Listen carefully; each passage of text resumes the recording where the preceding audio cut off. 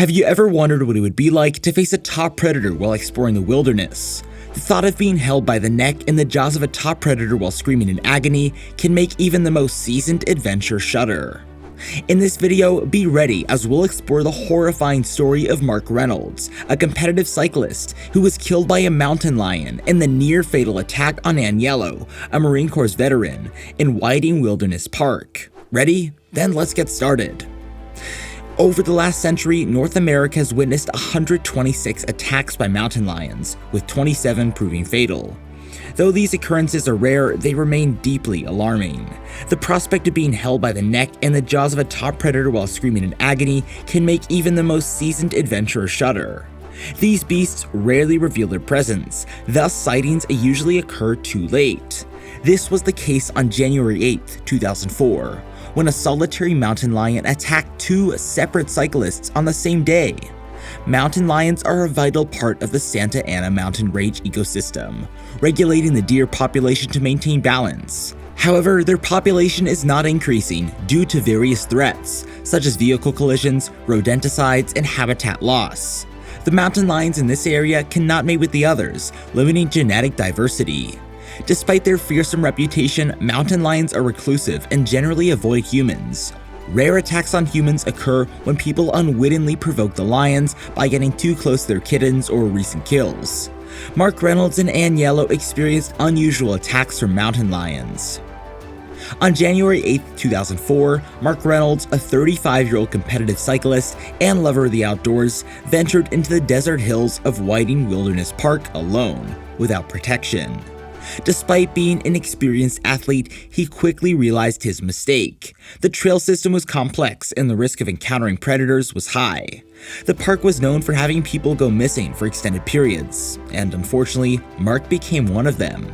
His story serves as a cautionary tale about the importance of preparation and safety when exploring the wilderness. As Mark was cycling down a trail, an ominous force was brewing. After 30 minutes of riding, he approached a small climb and pushed hard to reach the top, only for the chain to snap off the front sprocket. He parked his bike and tried to fix it, where a mountain lion suddenly appeared and attacked him. Despite his attempts to fight back, the predator went for his vital areas, clawing and biting him until he was suffocated and had his blood supply cut off.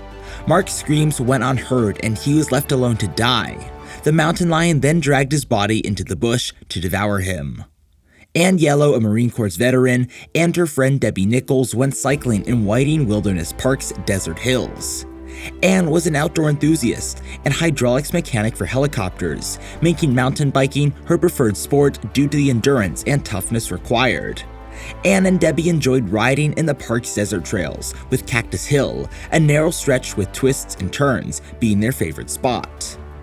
Anne and Debbie went to the park after work for a quick 45-minute ride on January 8th. However, their routine turned into a frightening encounter. While descending Cactus Hill, they encountered a parked bike on the narrow trail. Anne stopped to offer to help a nearby rider who pointed out that the abandoned bike belonged to Mark. Not realizing the significance of the discovery, they continued on their ride. But unbeknownst to them, the abandoned bike was just a warning of imminent danger. As Anne prepared for the final descent on the hike, she saw movement and initially assumed it was a deer. However, a 110-pound mountain lion attacked her with lightning speed, ripping into her shoulder with claws and teeth. In a death grip, Anne screamed for help as the creature dragged her and bit her face, and her neck, and her nose. Despite struggling and punching the lion, Anne was overpowered and was severely injured. The attack left her with unimaginable wounds and a fight for survival. After a while, Anne's screams could be heard throughout the trail. Debbie had just turned the corner where she heard her friend's desperate plea for help. With no idea what was happening, Debbie fearlessly ran towards Anne. What she saw was truly horrifying. Her friend lying on the ground, drenched in blood. Although she was petrified, Debbie was also furious at the savage creature that had tried to harm her friend. Armed with only her bike, she hurled it with all of her might at the animal, but to no avail. The frenzied beast went dragging Anne towards a nearby ravine. Without hesitation, Debbie raced to Anne's side and clung to her leg, refusing to let go. "I won't give up, I won't give up," she shouted, anchoring herself firmly to the ground. After a while, the mountain lion got to Anne's neck and bit her throat.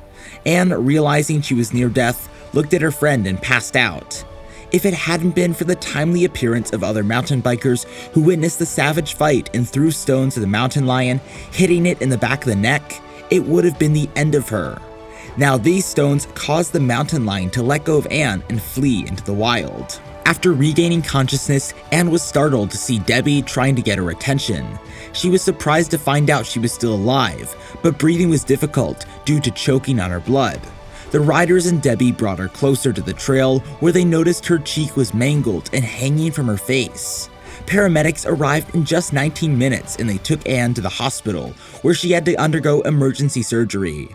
Her nerves were reattached and her face was reconstructed. Despite the terrifying experience, Anne survived. The doctors noted that if the mountain lion had bitten a few centimeters closer, her carotid artery would have been ruptured. Debbie was welcomed into the hospital room with praise for being present at a crucial time, and after only 8 days, Anne was released and was able to resume her regular life with her loved ones. Despite experiencing some emotional strain from the assault's minor facial changes, Anne received comfort and aid from her family and friends.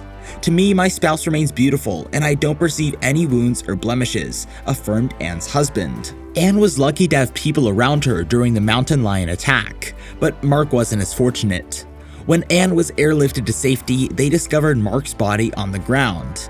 The incident led the California Department of Fish and Game to search for the rogue mountain lion. After killing it on the ground, authorities performed a necropsy on it, and they extracted tissues from Mark's body. The reason for the attack remains unknown, but it's possible that the mountain lion mistook Mark, who was crouching fixing his bike, for small prey. The creature later moved Mark's body to a different location for consumption.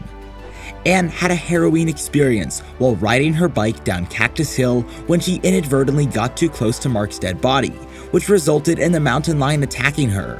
Despite the traumatic experience, Anne formed a close bond with Mark's family and became actively involved in the Mark J. Reynolds Memorial Fund, which is a charity that donates bicycles to underprivileged children.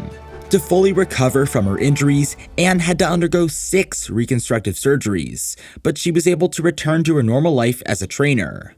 Meanwhile, Mark's family decided to file a lawsuit against Orange County after the incident.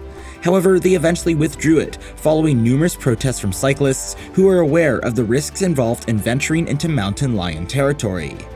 Mountain lions are notoriously shy and prefer to avoid humans, but they can still be dangerous.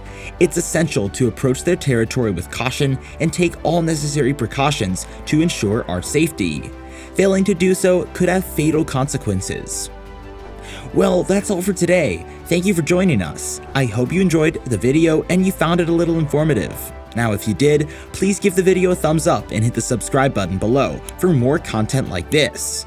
See you in the next one.